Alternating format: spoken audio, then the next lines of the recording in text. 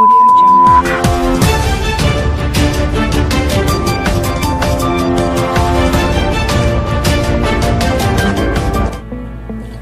day everyone, I'm Alfredo Arcelas Jr. and together with my groupmate, I am Miss Angel May Sandang Ale. My name is Andrea Agay. My name is Medal George G. Ansing. This is Maria Fe Amabao. mates who will be discussing to you globalization and multicultural literacy. The objectives of this presentation is for you to develop a clear understanding and practical understanding of the following. First, globalization and its implications on both national and individual level. Second, multicultural literacy in the Philippines and one's personal level of cultural and multicultural literacy. Let us define first what is globalization. According to Levin Institute 2017, globalization is the process of interaction between people, business entities, governments, and cultures from other nations, driven by international trade and investment and supported by information technology.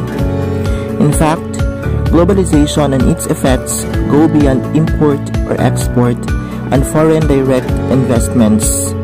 Because our exposure to the concept of globalization has largely been through an economic lens, it is tempting to limit globalization as something that concerns about only economists and businessmen. Many people believe the concept of globalization is a new phenomenon, but even before or ages back, nations and cultures have been interacting and integrating with one another for millennia. So, globalization as a phenomenon is not new.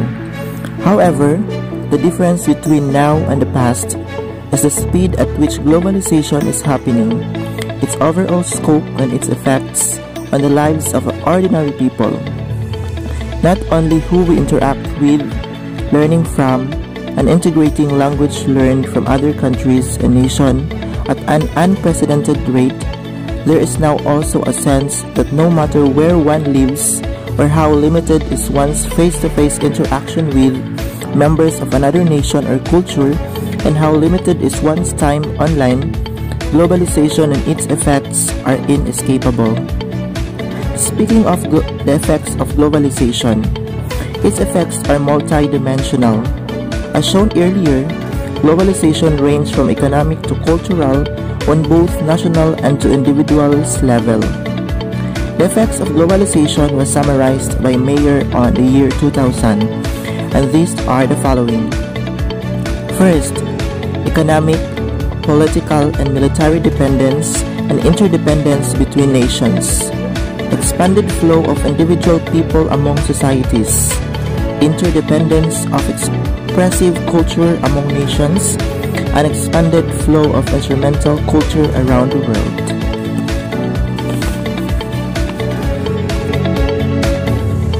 Hello everyone!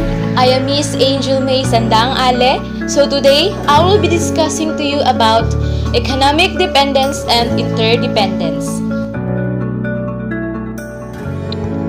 Before we will proceed to our discussion, let us first define what is economy.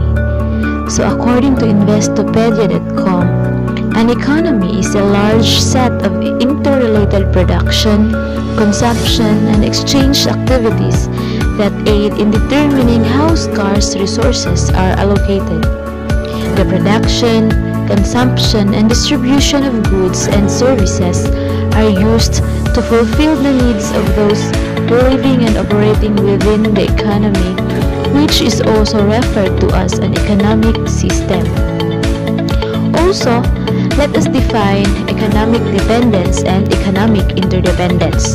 So when we say economic dependence, it is a situation in which the success of one thing depends on the success of another. And when we say economic interdependence, it is a consequence of specialization or the division of labor. The participants in any economic system must belong to a trading network to obtain the products they can produce efficiently for themselves. Okay, let's proceed now to our main topic, the economic dependence and interdependence. So when the term globalization entered the Philippine public mindset in the early 90s, it was properly understood to be a mainly economic phenomenon, and a negative one at that. The idea that foreign-owned business could come into the country and freely set up their shops, thereby choking out local industries, was not a welcome thought, even though it was erroneous. While Philippine society has come to realize that this early perspective represented a shallow understanding of globalization, the fact of the matter is that globalization has brought economic development to our society as a whole by attracting foreign direct investment, or the FDI, new technologies, employment opportunities, and money have become into the country. This does not mean, however, that there have been no negative effects of globalizations. So according to Kenter 2001, he notes that foreign capital dependence increases income in 4 ways. So number 1, it increases a small, highly paid class of elites to manage these investments who create many but usually low-pay jobs. So it is said here that their incomes are increasing, but sad to say that they just pay jobs in a small amount of money. So it is said here that low pay of jobs. So number 2, profits from these investments, domestic capital formation. So the profits of these investments, when you say domestic capital, so it will return to where they came from. So we, the Filipinos, are not really benefited to it. Hindi tayo makaka-benepisyo ng profits ng mga businesswoman or businessmen na taga-ibang bansa. Then the third one is the foreign capital penetration tends to concentrate land ownership among the very rich. So it is said here that the foreign capital penetration, they are just concentrating to the land ownership among the very rich. So they are more focused on the rich people. The next one is the number 4. Host countries tend to create political and economic climates favorable to foreign capital that in turn limit domestic labor's ability to obtain better wages. So in simple words, yung ika nga nila, the rich become richer and the poor becomes poorer. So diba, it is sad to hear that the rich become richer and the poor become poorer. How sad! They are taking advantage of the opportunities, and they degrade, or especially the poor. We are so nakakaawa tayo dahil sa mga businessmen na ito. They are just looking at their own sake na lalo silang yumaman. According to Hout's 1980, he observed that international dependence, another name for globalization, tends to suppress adult wages. So globalization tends to suppress adult wages. Yung mga sahod ng mga adults, they suppress it. In turn, perpetuates the role of children as economic necessities. So familiar ba kayo nung saying na kapag maraming anak, maraming katulong sa hanap buhay? So they're leading to explosive population growth. So ito yung sinasabi ni Houts dito na kapag marami daw anak, marami ka ng katulong sa hanap buhay. So they are suppressing the adult wages. Yung mga sahod ng mga matatanda, they are suppressing it.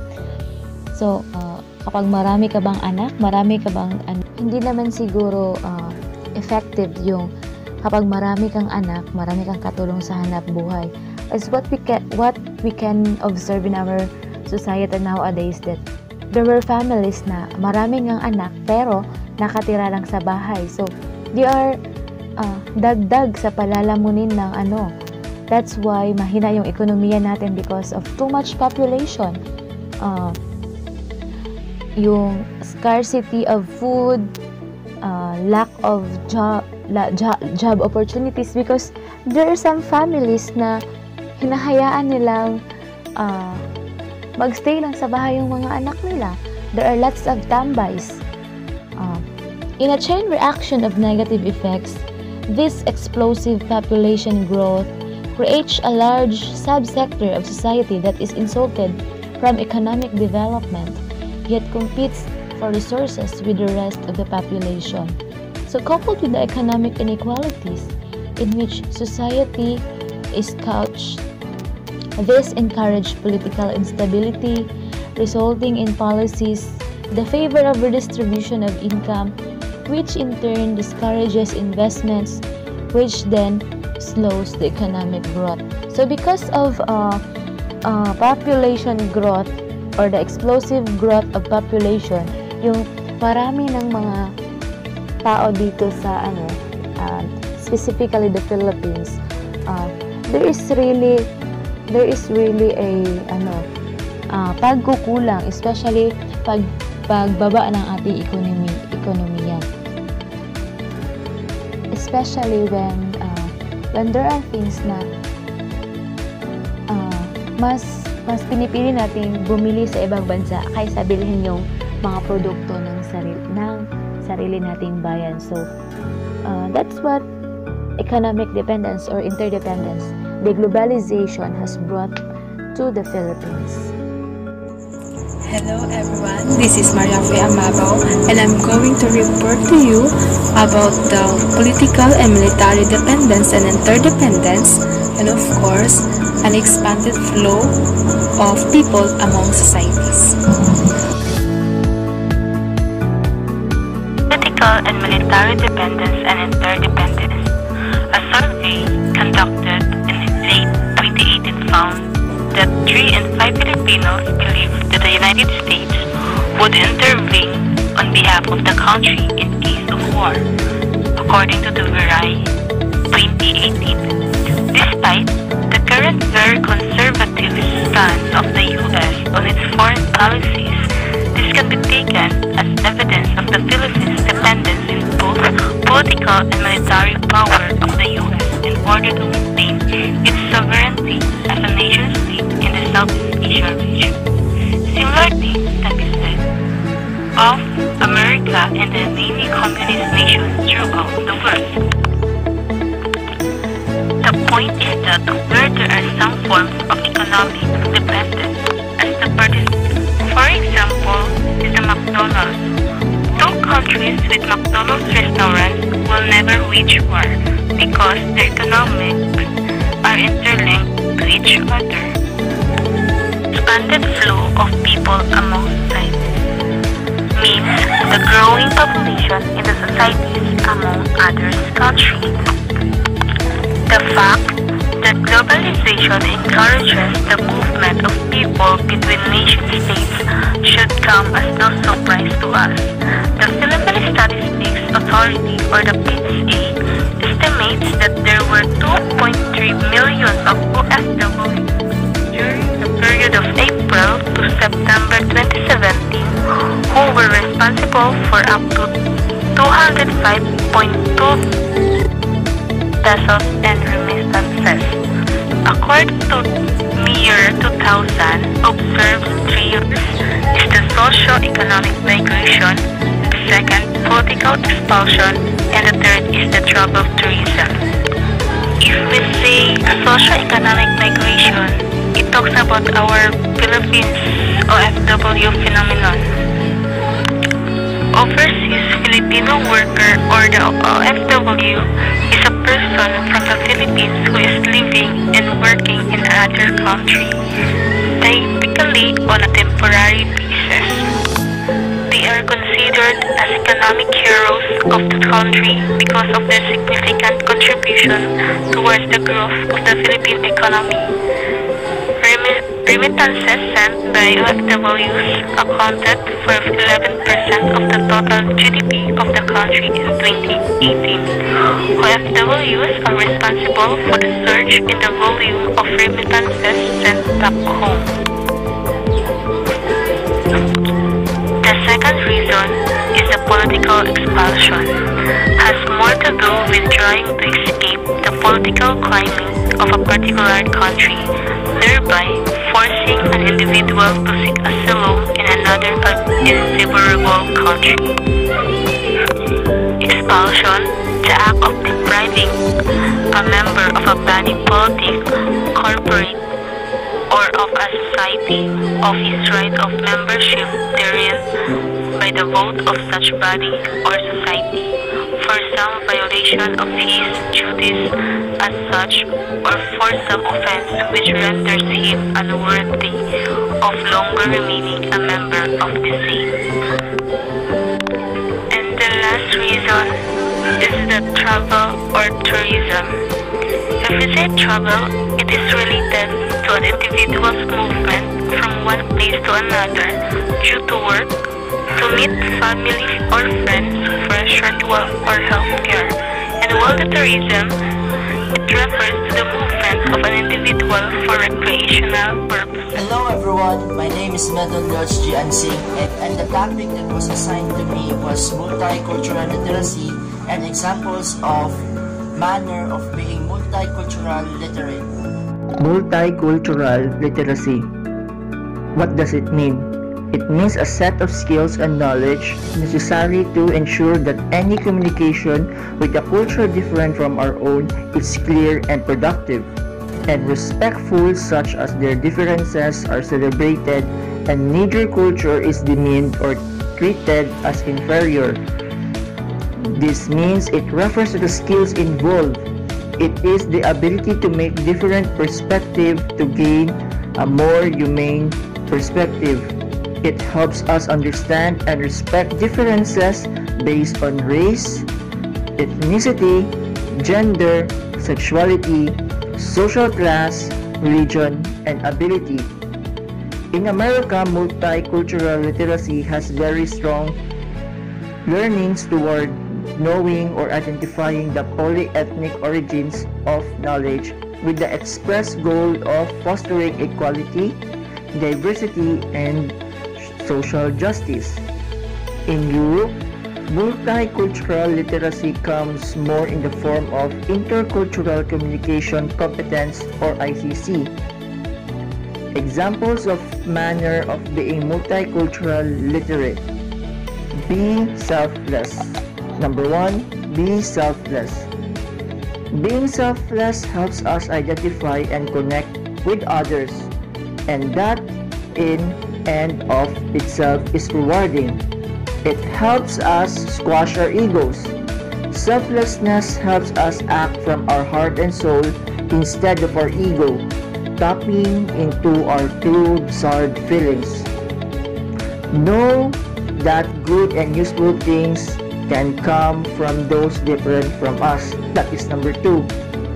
If you pay attention to your everyday life, you know that you can learn from everything and everyone you come across. Our life is basically full of useful lessons that we should learn.